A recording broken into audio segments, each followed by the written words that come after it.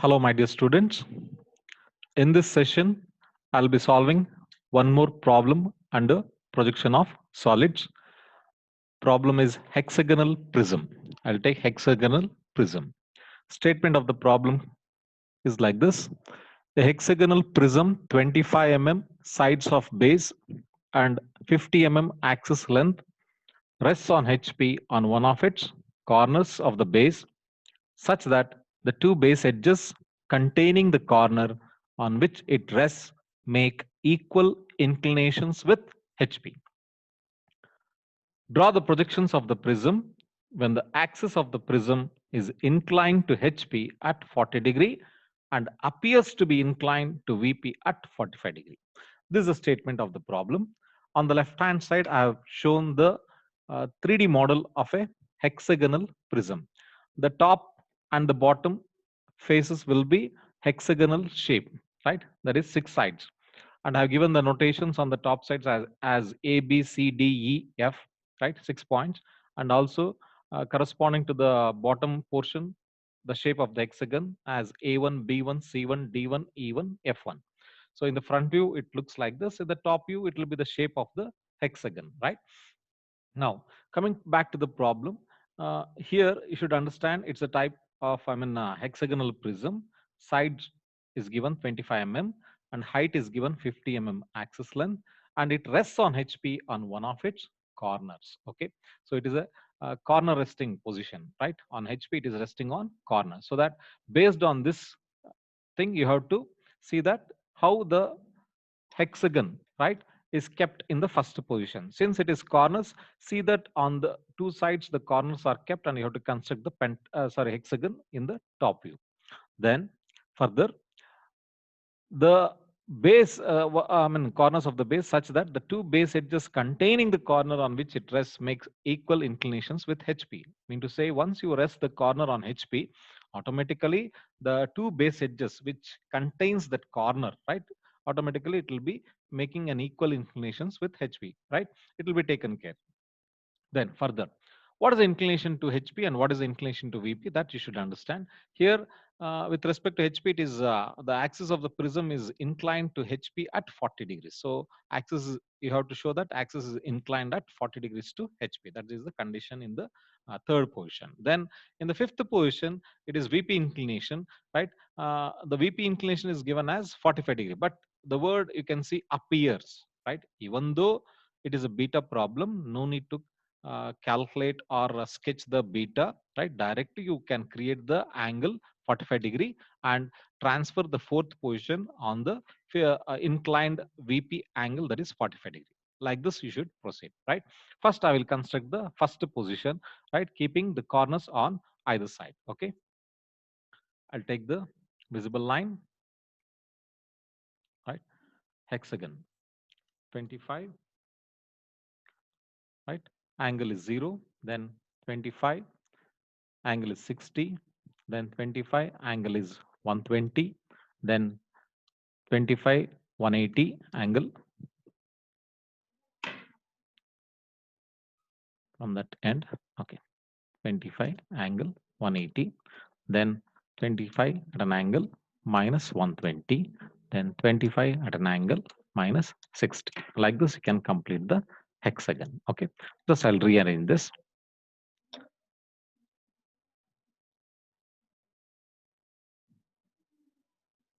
I'll change that. One is HP, the other one is VP.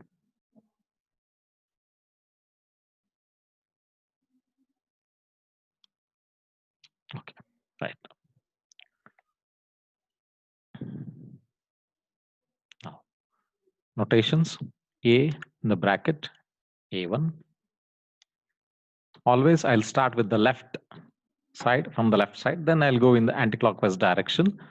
B, B1, C, C1, D, D1,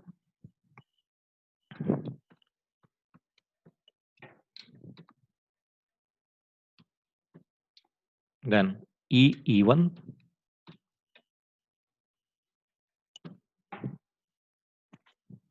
F, F1. Okay, then after this, how to locate the center? It's very simple. Take any two corners, right? You should draw a diagonals. Take a projection line.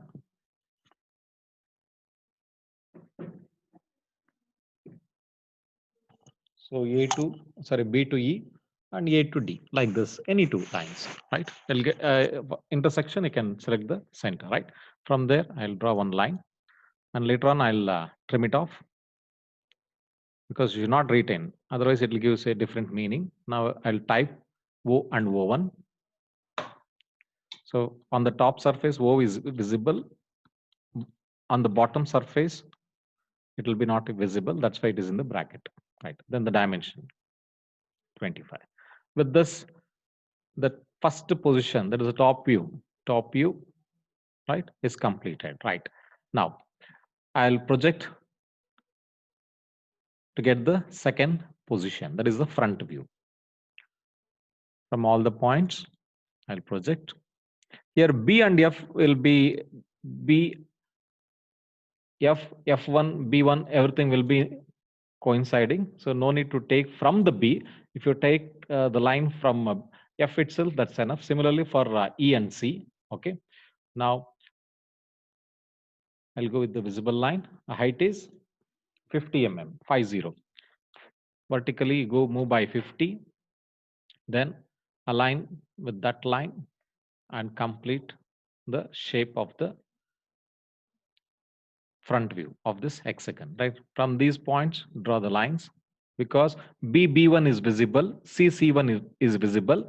In between, you don't have any lines. Now we can show the center line, O and O1 with the shape of the center, right? Now go for the smart dimension, right? Now go for the notations. On the top face, it will be A dash, then B dash, in the bracket F dash, then O dash, then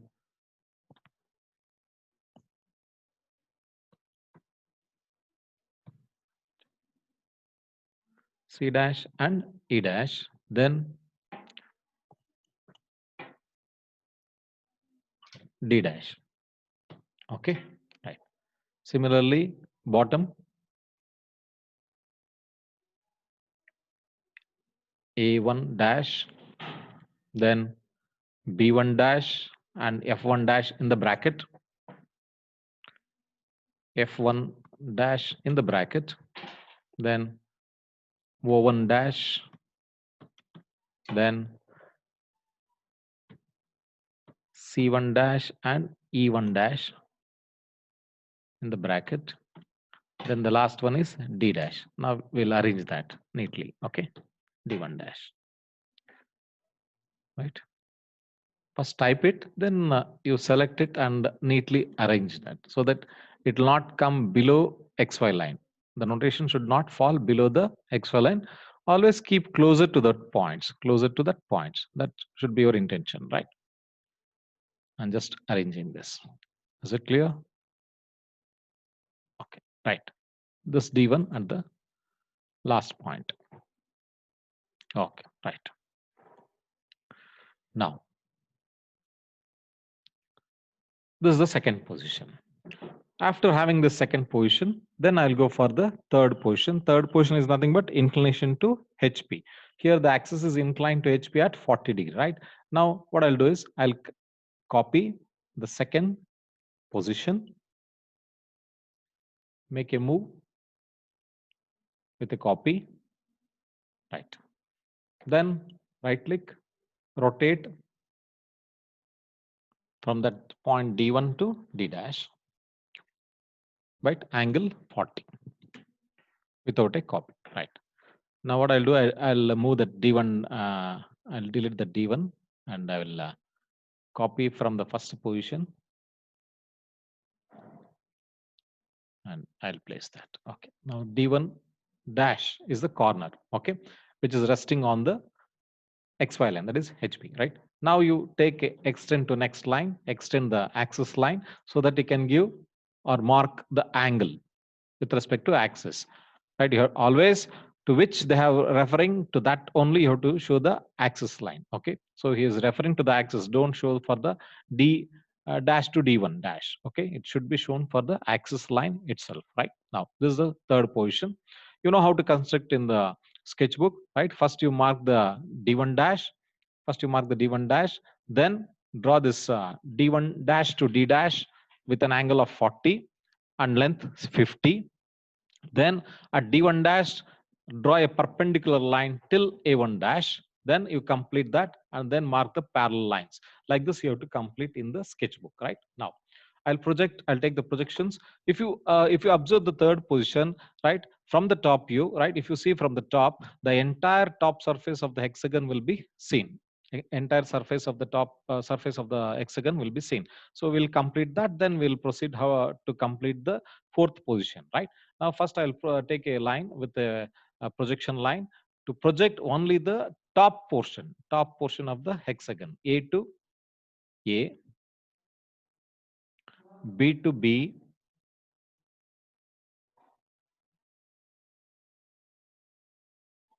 then C to C in the same line, then D to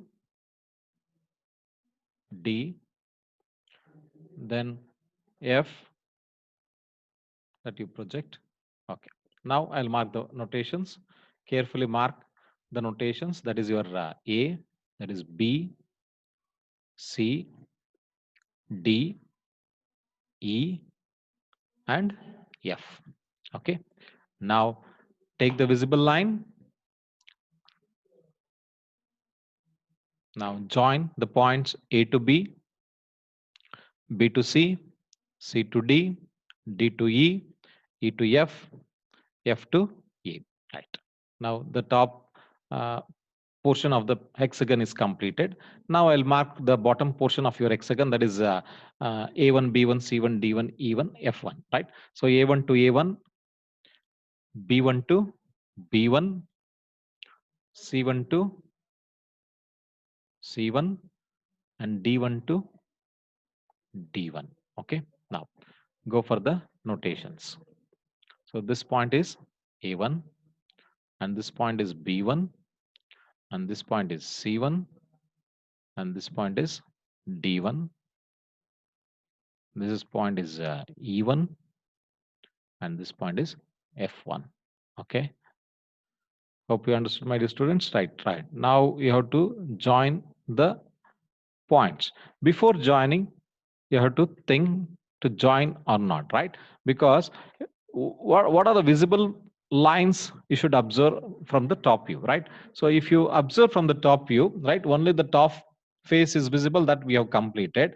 Now for the top face, A1 is very close, right? I'll complete that line. Take a visible line. A1 I will draw. Now rest you can't you'll be in a situation whether to write the lines or not. For the safest thing is complete the boundary. What are the boundaries? A1 to B1, B1 to B. Okay. Similarly at the other side, A1 to F1, F1 to F, F1 to F. Now the boundary is completed. In the top view, which is the farthest point you have, that is D1. Any line leading from the D1 will be hidden. This simple rules, if you follow, nowhere you will go wrong, right? Now take the hidden line from the D1, right? D1 to C1 is hidden line. D1 to E1 is hidden line, right? Now D1 to D is also hidden line. Now you just trim it, this portion, and D1 to D. I'll move this A because it will be confusion for you. A will be this side, and D1 I'll just move a little bit above. Okay, right. That is the point. Now you understood? Okay. Is it clear? Now I'll move the C1 also a little bit close to that point. Right. Okay. Should arrange like this so that you'll not have any confusion. Right. Now the left out lines is only the axis line. Axis line you can't show here because it is overlapping. It is overlapping, but project it from that point to, that is your O1 and that is O. Okay, I'll mark the notations. Mark the notations. O and O1 dash will be in the bracket. Not O1 dash, just O1. Okay, right. Now, fourth position is completed. Like this, you have to complete. If you want to mark the center, you can mark it. Mark it the center. Okay, fine. Next, I'll extend a little bit. Line. Okay. Now, inclination to VP is given as 45 degree. Since in the problem, it is given as appears, no need to calculate. No, why no need to calculate? If you measure the axis length, I'll show you. I'll just give a demonstration. Go for distance between O and O1 in the fourth position, right?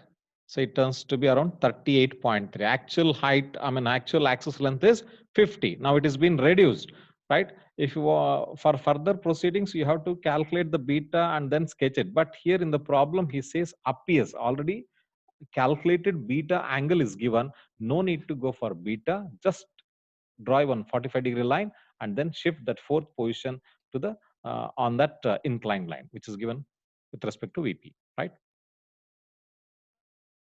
Projection line, I'll mark the angle. Okay, now I'll select the position. Okay, now move from the center, right? Or you take like this and rotate such that the axis will be inclined. From D to A1, you take an incline. Okay, is it clear? Okay, now just we'll zoom it and see all the points are clear. Nowhere it is overlapped. Okay, right. Now,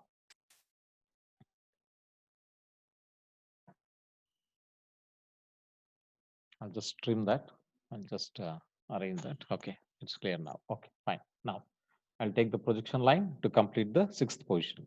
Since if you observe from the front view, the bottom face is totally visible, right? So for that reason, the bottom portion of your hexagon, that is A1, B1, C1, D1, E1, F1, that will be constructed first. Okay, so I'm joining that A1 to A1, B1 to B1, C1 to C1, then D1 to D1. Carefully you do it. Always zoom the area and do it. Sometimes it may coincide with other lines or it may confuse you. For that reason, you should zoom the area and do it. Immediately mark the points A1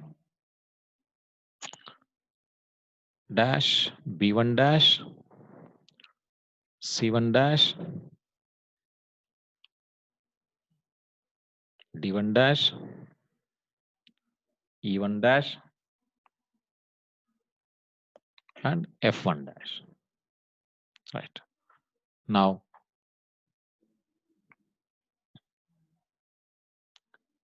I'll join the points. Take a visible line.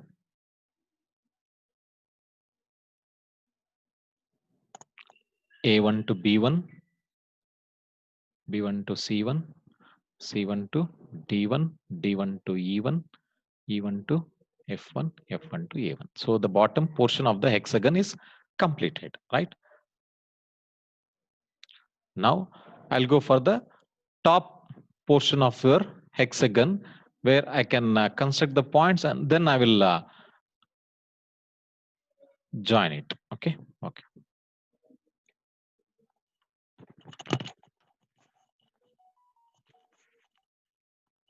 Now take a line A to A, coincide.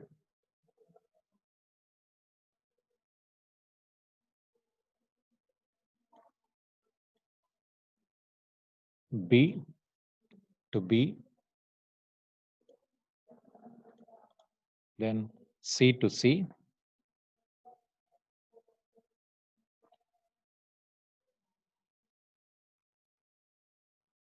then D to D, zoom the area and do it. Okay, then E to E, then F to F, like this. Okay, now I'll construct, mark the notations. A dash, B dash, C dash,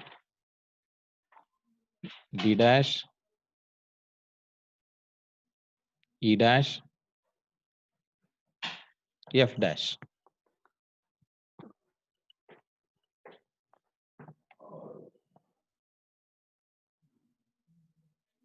Okay, now, right. So here the farthest point, if you see from the front view, that is a E. Okay, before that, simple thing is to complete the boundary. That will do it.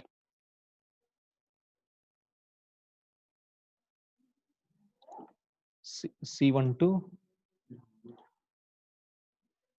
C, then that B dash, A dash, F dash to F1. Okay, that is the boundary completed, right? Now, just I'll show you. B1 to B is very closer. Am I right? B1 to B is very closer, and also C1 to C1, C to C1. That already done. Now I'll join B1 to B. Then the remaining things a little bit confusing, right? So what you have to do is, which is the farthest point you have, that is a E. Any line leading from the E will be hidden. First you mark that. I'll zoom the area. Any line leading from E to E1, then E to D, E to D, then E to F, E to F. Okay, right. Then there is a confusion that about D to C, then F to A. Am I right? Okay. If you just observe, right, where is the point D? Again, it is very closer to XY line, mean to far away from the observer, right? E was the farthest. Next to that is your D. So just you should think that that is also will be a hidden line. Just any line leading from D is also hidden line.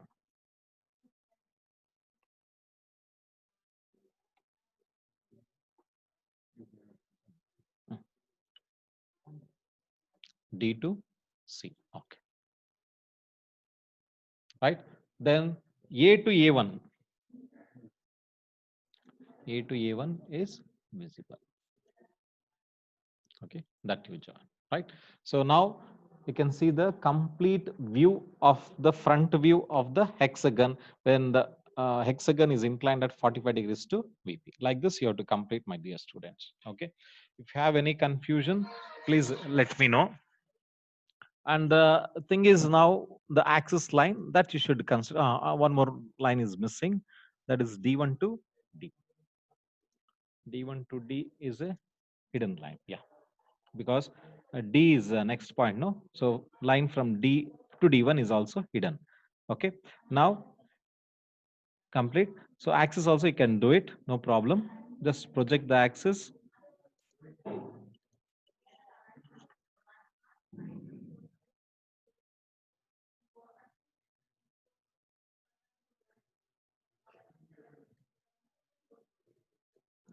Okay, that is O1. Then O2.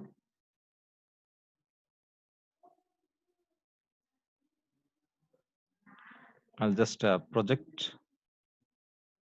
Okay, right, I got it. Right, that is your O. So from there to there, from O1 to O, it should be axis line. So that is your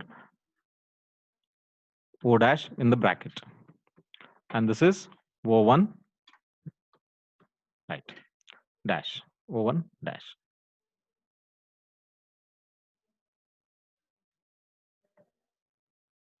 Okay. So like this, complete the problem. If you have any doubts, let me know. I'll clarify. Okay. With this, I conclude this problem on hexagon. Thank you, my dear students.